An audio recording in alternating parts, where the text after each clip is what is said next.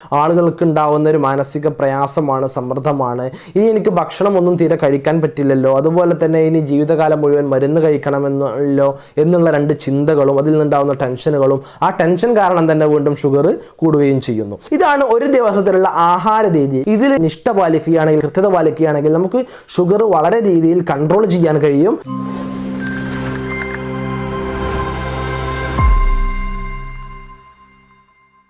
Doctor Hisham Haidar, Wandoor. ഇന്ന് diabetes പ്രമേഹത്തിൻ്റെ രണ്ടാമത്തെ ഒരു എപ്പിസോഡ് എന്നുള്ള അർത്ഥത്തിൽ ഒരു പ്രമേഹ രോഗി ഒരു ദിവസം കഴിച്ചിരിക്കേണ്ട ആഹാരത്തെക്കുറിച്ച്, ഒരു ഡയറ്റ് പ്ലാനിനെ കുറിച്ച്, ഒരു ഡയബറ്റിക് ഡയറ്റ് പ്ലാനിനെ കുറിച്ചാണ് ഇന്ന് പറയാൻ ആഗ്രഹിക്കുന്നത്. ശരാശരി നമ്മുടെ കേരളത്തിലെ ഒരു ആഹാര രീതി അനുസരിച്ചിട്ടുള്ള ഒരു ഡയറ്റ് പ്ലാനാണ്, ഒരു ആഹാര രീതിയാണ് ഇന്ന് പറയാൻ ആഗ്രഹിക്കുന്നത്. സാധാരണഗതിയിൽ ഞാൻ ഒരു പ്രമേഹ രോഗിയാണ് എന്ന് മനസ്സിലാക്കുന്നതിലൂടെ ആളുകൾക്ക് ഉണ്ടാവുന്ന ഒരു മാനസിക പ്രയാസമാണ്, സമ്മർദ്ദമാണ്. ഇനി എനിക്ക് ഭക്ഷണമൊന്നും തീരെ കഴിക്കാൻ പറ്റില്ലല്ലോ, അതുപോലെ തന്നെ ഇനി ജീവിതകാലം മുഴുവൻ മരുന്ന് കഴിക്കണമെന്നല്ലോ എന്നുള്ള രണ്ട് ചിന്തകളും അതിൽ നിന്നുണ്ടാവുന്ന ടെൻഷനുകളും, ആ ടെൻഷൻ കാരണം തന്നെ വീണ്ടും ഷുഗർ കൂടുകയും ചെയ്യുന്നു. ഇനി അപ്പോൾ ആദ്യമായിട്ട് മനസ്സിലാക്കേണ്ടത്, പൂർണ്ണമായിട്ട് ആഹാരം ഒഴിവാക്കുകയോ ഒന്നുമല്ല ചെയ്യേണ്ടത്. ആഹാരം കഴിക്കുന്നതിലൊരു മിതത്വം പാലിക്കുകയും ആ ആഹാരത്തിന് ചിട്ട ഉണ്ടാക്കുകയും സമയക്രമം പാലിക്കുകയും കഴിക്കേണ്ട രീതിയിൽ ചെറിയ മാറ്റങ്ങൾ വരുത്തുകയുമാണ് ചെയ്യേണ്ടത്. അതിനെക്കുറിച്ചാണ് ഇന്ന് പറയാൻ ആഗ്രഹിക്കുന്നത്. സാധാരണ നാം കഴിക്കുന്നത് ഒന്ന് ബ്രേക്ക്ഫാസ്റ്റ്, അതുപോലെ തന്നെ ലഞ്ച്, പിന്നെ ഒന്ന് ഡിന്നർ, അതിന് ഇടയ്ക്കുണ്ടാവുന്ന സ്നാക്സ്.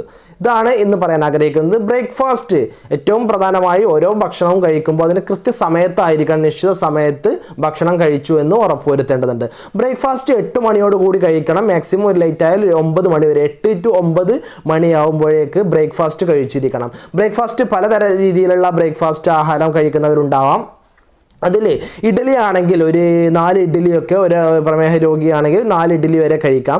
അതിലേക്ക് സാമ്പാർ ഉപയോഗിക്കാവുന്നതാണ്. സാമ്പാർ ആകുമ്പോൾ എല്ലാ തരം പച്ചക്കറികളും അരിഞ്ഞിട്ടുള്ള സാമ്പാർ, കൂടുതൽ കഷ്ണങ്ങളൊക്കെ ഉൾപ്പെടുത്തിക്കൊണ്ട് ആ ഇഡ്ഡലി നമുക്ക് കഴിക്കാവുന്നതാണ്. ഇനി അതല്ല പുട്ടാണെങ്കിൽ ഒരു കഷ്ണം പുട്ട് കഴിക്കാവുന്നതാണ്. ആ പുട്ടിലേക്ക് ആ ഒരു കഷ്ണം പുട്ടിൻ്റെ അത്ര ക്വാണ്ടിറ്റി തന്നെ ഉള്ള കടല കഴിക്കണം. അതുപോലെ അല്ലെങ്കിൽ അത്ര തന്നെ ക്വാണ്ടിറ്റി ഉള്ള ചെറുപയർ കഴിക്കാം. ഇങ്ങനെ ആവുമ്പോൾ നമുക്ക് വിശപ്പ് മാറാനുള്ള ആഹാരവുമായി അതിനനുസരിച്ചുള്ള പ്രോട്ടീൻ കണ്ടന്റും ഒക്കെ ആവുന്നതോടുകൂടി നമുക്ക് അധികമായിട്ടുള്ള പുട്ടിൻ്റെ ആവശ്യവും അവിടെ വരികയും ചെയ്യുന്നില്ല. പുട്ടാണെങ്കിൽ അങ്ങനെ കഴിക്കാം. ഇനി അതല്ല ദോശയാണെങ്കിൽ ദോശയുടെ സൈസോ വലിപ്പമൊക്കെ അനുസരിച്ച് 2 ദോശ അല്ലെങ്കിൽ ഒരു 3 ദോശ നമുക്ക് കഴിക്കാവുന്നതാണ്. ആ ദോശക്ക് ആ 2 ദോശയുടെ അളവിൽ തന്നെ കടല കഴിക്കണം. അല്ലെങ്കിൽ സാമ്പാറാണെങ്കിൽ ഒരു ഈ കഷ്ണങ്ങൾ, എല്ലാ കഷ്ണങ്ങളും ചേർത്തുണ്ടാക്കിയ കഷ്ണങ്ങളൊക്കെ കൂടുതൽ ചേർത്തിട്ടുള്ള ഈ ദോശയും നമുക്ക് കഴിക്കാവുന്നതാണ്. ഇനി അതല്ല ബ്രെഡ് കഴിക്കുന്ന ആളുകളുണ്ടാവും, വല്ലപ്പോഴും ബ്രെഡ് കഴിക്കുന്ന ആളുകളുണ്ടാവും. സാധാരണ ബ്രെഡിൽ നിന്ന് മാറിക്കൊണ്ട് ബ്രൗൺ ബ്രെഡ് കഴിക്കാൻ വേണ്ടി ശ്രദ്ധിക്കുക. അതിലേക്ക് 1-2 മുട്ട കൊണ്ടുണ്ടാക്കിയിട്ടുള്ള ഓംലെറ്റും ചേർത്ത് നമുക്ക് ആഹരിക്കാവുന്നതാണ്. ഇതിങ്ങനെയൊക്കെ കഴിക്കുന്നത് നമുക്ക് വിശപ്പ് മാറുന്നതിന് വേണ്ടിയിട്ടും, അതുപോലെ തന്നെ ബ്രേക്ക്ഫാസ്റ്റ് ഉഷാറാവണം. ഒരു ദിവസത്തെ ആഹാരത്തിൽ ബ്രേക്ക്ഫാസ്റ്റ് നമുക്ക് നല്ല ബ്രേക്ക്ഫാസ്റ്റാണ് എല്ലാ ആളുകളും കഴിക്കേണ്ടത്. ആഹാരം എപ്പോഴും കുറയാതിരിക്കാനും ശ്രദ്ധിക്കണം. അങ്ങനെ കുറയാതിരിക്കാൻ വേണ്ടിയിട്ടാണ് ഇതിൽ ഇത്തരത്തിലുള്ള പച്ചക്കറികളും സലാഡ്സും കൂടുതലായിട്ട് കഴിക്കാൻ പറയുന്നത്. ഇനി ലഞ്ചിന് മുന്നോടിയായിട്ട് സ്നാക്സ് കഴിക്കുന്ന ആളുകളുണ്ടാവാം. ആ സ്നാക്സ് ഒരു 11 മണിക്കൊക്കെ സ്നാക്സ് കഴിക്കുന്ന ആളുകളാണെങ്കിൽ ചായ കുടിക്കാം. ചായയിൽ ഷുഗർ ഒഴിവാക്കിയിട്ടുള്ള ചായ, ഒരു ദിവസം 1-2 ഗ്ലാസ് വരെ ചായ ഒരാൾക്ക് കുടിക്കാവുന്നതാണ്. മധുരം തീരെ കഴിക്കാൻ പാടില്ല. അതുപോലെ തന്നെ എണ്ണക്കടികൾ, പലഹാരങ്ങളൊക്കെ ഈ സ്നാക്സിൻ്റെ സമയത്ത് ഒഴിവാക്കുക. പരമാവധി ഫൈബർ കണ്ടന്റ് അടങ്ങിയിട്ടുള്ള ബിസ്ക്കറ്റ് ഉപയോഗിക്കാവുന്നതാണ്. ഇന്ന് മാർക്കറ്റിൽ അവൈലബിൾ ആണ് ഫൈബർ കണ്ടന്റ് അടങ്ങിയിട്ടുള്ള ബിസ്ക്കറ്റുകൾ. അതുപോലെ തന്നെ റസ്ക് ഉപയോഗിക്കാവുന്നതാണ്. അല്ലെങ്കിൽ ഇനി ഓഫീസിലൊക്കെ പോകുന്ന എളുപ്പത്തിന് വേണ്ടിയിട്ടാണ് ഈ കക്കരിക്ക പോലെയുള്ള സലാഡ്സ് ഒക്കെ ഈ സ്നാക്സ് ആയിട്ട് ഉപയോഗിക്കാവുന്നതാണ്. ഇനി അടുത്തത് ലഞ്ചാണ്. ലഞ്ച് കഴിക്കുന്നത് കൃത്യമായിട്ട് 1 മണിയോടുകൂടി തന്നെ ലഞ്ച് നിർബന്ധമായിട്ടും കഴിക്കേണ്ടതുണ്ട്. ലഞ്ചിൽ സാധാരണ നാം ഉപയോഗിക്കുന്ന വെള്ള അരിക്ക് പകരമായിക്കൊണ്ട് മട്ട അരി, ബ്രൗൺ റൈസ് ആണ് ഉപയോഗിക്കേണ്ടത്. അതിൽ മറ്റതിനെ അപേക്ഷിച്ച് ഫൈബർ കണ്ടന്റ് ധാരാളമായിട്ട് ഉള്ളത് കൊണ്ട് അത് കഴിക്കുന്നതാണ് ഏറ്റവും ഉത്തമം. ഈ ബ്രൗൺ റൈസ്, മട്ടരി കഴിക്കുന്ന ആളുകൾ ഒരു കോരി ചോറ് കഴിക്കാവുന്നതാണ്. അതിലേക്ക് സാമ്പാർ, എല്ലാതരം പച്ചക്കറികളും അരിഞ്ഞിട്ടുള്ള സാമ്പാർ ഉപയോഗിക്കാം. അതുപോലെ തന്നെ പലതരത്തിലുള്ള പച്ചക്കറികളും ഉപ്പേരികളും ഒക്കെ ഉപയോഗിക്കാവുന്നതാണ്. ഇനി ഫിഷ് കറി, ചിക്കൻ കറിയൊക്കെ ഉപയോഗിക്കാവുന്നതാണ്. പൊരിച്ചത് പൂർണ്ണമായിട്ടും ഒഴിവാക്കേണ്ടതുണ്ട്. പൊരിച്ചതായിട്ടുള്ള കൂടുതൽ എണ്ണ ഉപയോഗിച്ചിട്ടുള്ള പദാർത്ഥങ്ങളൊക്കെ ഒഴിവാക്കുക. കൂടുതലായിട്ട് ഇത്തരത്തിലുള്ള പയറുവർഗ്ഗങ്ങൾ കൊണ്ടുള്ളത്, പച്ചക്കറികൾ കൊണ്ടുള്ളത്, അതൊക്കെ കൂടുതലായിട്ട് ഉൾപ്പെടുത്തുക. ഒരു കോരി ചോറ് വിശപ്പ് മാറുന്നതിന് വേണ്ടിയിട്ട് ഈ ചോറ് കഴിക്കുന്നതിന് മുമ്പായിട്ട് കുറച്ച് സലാഡ്സ് അഥവാ എളുപ്പത്തിൽ നമുക്ക് അവൈലബിൾ ആയിട്ടുള്ള കക്കരി, ഒരു ഹാഫ് കഷ്ണം കക്കരി എടുത്ത് ആദ്യം കഴിക്കുക. അതിനുശേഷം ഈ ഒരു കോരി ചോറും അതിലേക്ക് ഈ പച്ചക്കറികളും ഈ സാമ്പാറിൻ്റെ കഷ്ണങ്ങളൊക്കെ ഉള്ള ഈ ഭക്ഷണം കഴിക്കാവുന്നതാണ്. ഇതാണ് നമ്മളൊരു ദിവസത്തെ ലഞ്ച് എന്ന് പറയുന്നത്. നമുക്ക് അത്യാവശ്യം നന്നായിട്ട് വിശപ്പ് മാറുന്ന രീതിയിലുള്ള ഒരു ലഞ്ച് ആയിരിക്കുകയും ചെയ്യും. ഇനി അതിനുശേഷം ഒരു ഈവനിങ് സ്നാക്സ് ഒക്കെ കഴിക്കുന്ന ആളുകൾ നേരത്തെ പറഞ്ഞതുപോലെ മധുരമില്ലാത്ത ഒരു ഗ്ലാസ് ചായ കുടിക്കാവുന്നതാണ്. അതുപോലെ തന്നെ സ്നാക്സ് ആയിട്ട് വേണമെങ്കിൽ കക്കരിക്ക പോലെയുള്ള സലാഡ്സ് ഉപയോഗിക്കാം, അല്ലെങ്കിൽ ഫൈബർ കണ്ടന്റ് അടങ്ങിയിട്ടുള്ള ബിസ്ക്കറ്റോ റസ്കോ മറ്റോ നമുക്ക് ഉപയോഗിക്കാവുന്നതാണ്. അതുപോലെ തന്നെ ഡേറ്റ്സ്, നെഡ്സൊക്കെ ഉപയോഗിക്കാവുന്നതാണ്. ബദാം പോലെയുള്ള നെഡ്സ് നമുക്ക് വളരെ 5-6 നെഡ്സൊക്കെ അതിലേക്ക് ഉപയോഗിക്കാവുന്നതാണ്.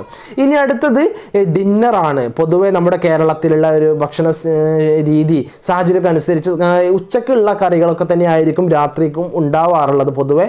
അങ്ങനെയാണെങ്കിൽ ആ കറി തന്നെ ഉപയോഗിക്കാം. ഉച്ചക്ക് സാമ്പാർ ആണെങ്കിൽ ആ സാമ്പാർ തന്നെ നമുക്ക് രാത്രി ഉപയോഗിക്കാം. അപ്പോൾ അതിലേക്ക് ഒരു 3 ചപ്പാത്തി, സൈസ് അനുസരിച്ചിട്ട് 2-3 ചപ്പാത്തി നമുക്ക് കഴിക്കാം.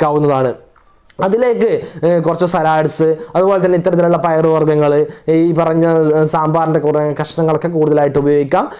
എളുപ്പത്തിൽ അവൈലബിൾ ആയിട്ടുള്ള സലാഡ്സൊക്കെ നമുക്ക് ധാരാളമായിട്ട് ഉപയോഗിക്കാം. ഇനി അതല്ല എങ്കിൽ മറ്റൊന്നും എപ്പോഴും ഒന്ന് തന്നെ ആവാതെ മാറ്റി പിടിക്കുന്നതിന് വേണ്ടിയിട്ട് നമുക്ക് ഓട്സ് ഉപയോഗിക്കാവുന്നതാണ്. മധുരം ചേർക്കാത്ത ഓട്സ് വളരെ നല്ലൊരു ആഹാരമാണ്. ധാരാളമായിട്ട് ഫൈബർ കണ്ടന്റ് അടങ്ങിയിട്ടുണ്ട് ഓട്സിൽ എന്നുള്ളത്. ഓട്സ് പ്രമേഹ രോഗികൾക്കും മറ്റും എല്ലാം വളരെ നല്ലതായിട്ടുള്ള ഒരു ലൈറ്റ് ആയിട്ടുള്ള ഒരു ഡിന്നറാണ്. അതുകൊണ്ട് ഓട്സ് ഉപയോഗിക്കാവുന്നതാണ്. മറ്റൊന്ന് ഗോതമ്പ് ദോശ ഉപയോഗിക്കാവുന്നതാണ്. സൈസ് അനുസരിച്ച് 2 ദോശയൊക്കെ അല്ലെങ്കിൽ 3 ദോശയൊക്കെ, 2 ദോശയോടുകൂടി ഇതൊക്കെ തന്നെ നമുക്ക് വിശപ്പ് മാറും. അതിലേക്ക് കക്കരിക്കയും അതുപോലെ തന്നെ ഈ സാമ്പാറും കാര്യങ്ങളൊക്കെ മറ്റു പച്ചക്കറികളൊക്കെ നമുക്ക് ധാരാളമായിട്ട് ഉപയോഗിക്കാവുന്നതാണ്.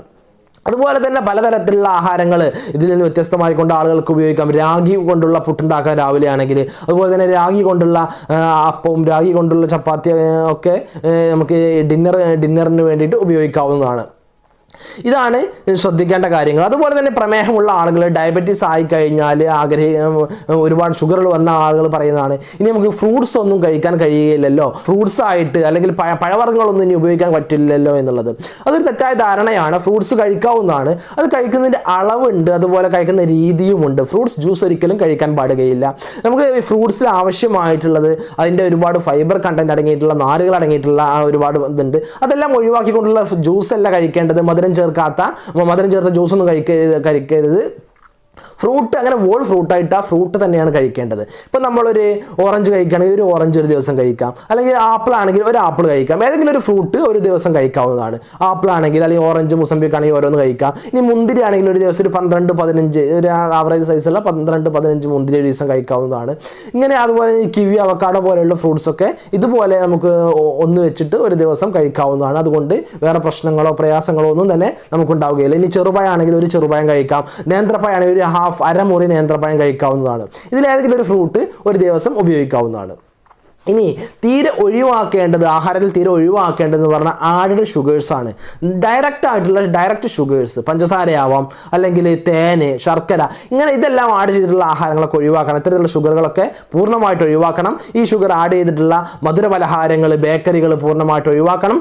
ഫാസ്റ്റ് ഫുഡ്, ജങ്ക് ഫുഡിൻ്റെ ഉപയോഗം പൂർണ്ണമായിട്ട് നിർത്തേണ്ടതുണ്ട്, പൂർണ്ണമായിട്ട് സ്റ്റോപ്പ് ചെയ്യേണ്ടതുണ്ട്. അതുപോലെ തന്നെ ധാരാളമായിട്ട് വെള്ളം കുടിക്കുക. രാവിലെ മുതൽ വൈകുന്നേരം വരെ ധാരാളമായിട്ട് വെള്ളം കുടിക്കുക. ഇതാണ് ഒരു ദിവസത്തിലുള്ള ആഹാര രീതി. ഇങ്ങനെ വളരെ കൃത്യനിഷ്ഠയോടുകൂടി രാത്രി ഭക്ഷണം കഴിക്കുന്നതിൻ്റെ സമയം ഞാൻ പറഞ്ഞില്ല എന്ന് തോന്നുന്നു. രാത്രി ഭക്ഷണം കഴിക്കേണ്ടത് ഉറങ്ങുന്നതിൻ്റെ 2 മണിക്കൂർ മുമ്പ്, കൃത്യമായിട്ടൊരു 9 മണി അല്ലെങ്കിൽ 10 മണിയോട് കൂടി എല്ലാവരും ഉറങ്ങണം. അപ്പോൾ അതിൻ്റെ 2 മണിക്കൂർ മുമ്പെങ്കിലും ഭക്ഷണം കഴിച്ചിരിക്കണം, രാത്രി ഭക്ഷണം. ഈ ഒരു സമയക്രമങ്ങൾ, അതുപോലെ ഭക്ഷണം കഴിക്കുന്ന രീതി, അതിൻ്റെ അളവ്, ഇതിൽ നല്ല രീതിയിൽ നിഷ്ഠ പാലിക്കുകയാണെങ്കിൽ, കൃത്യത പാലിക്കുകയാണെങ്കിൽ നമുക്ക് ഷുഗർ വളരെ രീതിയിൽ കൺട്രോൾ ചെയ്യാൻ കഴിയും. അതുപോലെ തന്നെ ഇനി ശ്രദ്ധിക്കേണ്ട ഒരു കാര്യം എന്ന് പറഞ്ഞാൽ എക്സസൈസ്, വ്യായാമങ്ങളാണ്. ഏതെല്ലാം തരത്തിലുള്ള വ്യായാമം ചെയ്യാം, എങ്ങനെ ചെയ്യാം, എത്ര ചെയ്യാം എന്നുള്ളതൊക്കെ നമുക്ക് നോക്കാം. അടുത്ത ഒരു വീഡിയോയിൽ നമുക്ക് ഈ വ്യായാമത്തെക്കുറിച്ച്, ഈ ഡയബറ്റിക് രോഗി അല്ലെങ്കിൽ പ്രമേഹ രോഗി ശ്രദ്ധിക്കേണ്ട വ്യായാമത്തെക്കുറിച്ചായിരിക്കും. അതുപോലെ തന്നെ അത് കഴിഞ്ഞിട്ട് നമുക്കൊരു GD ജസ്റ്റേഷണൽ ഡയബറ്റീസ് പ്രഗ്നൻസി സമയത്ത് ഗർഭകാലത്തുണ്ടാവുന്ന പ്രമേഹവുമായി ബന്ധപ്പെട്ടുള്ള ഒരു വീഡിയോയും അതിൻ്റെ അടുത്ത എപ്പിസോഡിൽ ചെയ്യാൻ ആഗ്രഹിക്കുന്നുണ്ട്. ഇതിൽ എന്തെങ്കിലും സംശയങ്ങൾ ഉണ്ടെങ്കിൽ വാട്സപ്പിലോ അല്ലെങ്കിൽ ഈ വീഡിയോയ്ക്ക് താഴെ കമൻ്റ് ആയിട്ടോ ചോദിക്കാവുന്നതാണ്. മറ്റൊരു വീഡിയോയുമായി നമുക്ക് വീണ്ടും കണ്ടുമുട്ടാം. എല്ലാവർക്കും നന്ദി, നമസ്കാരം.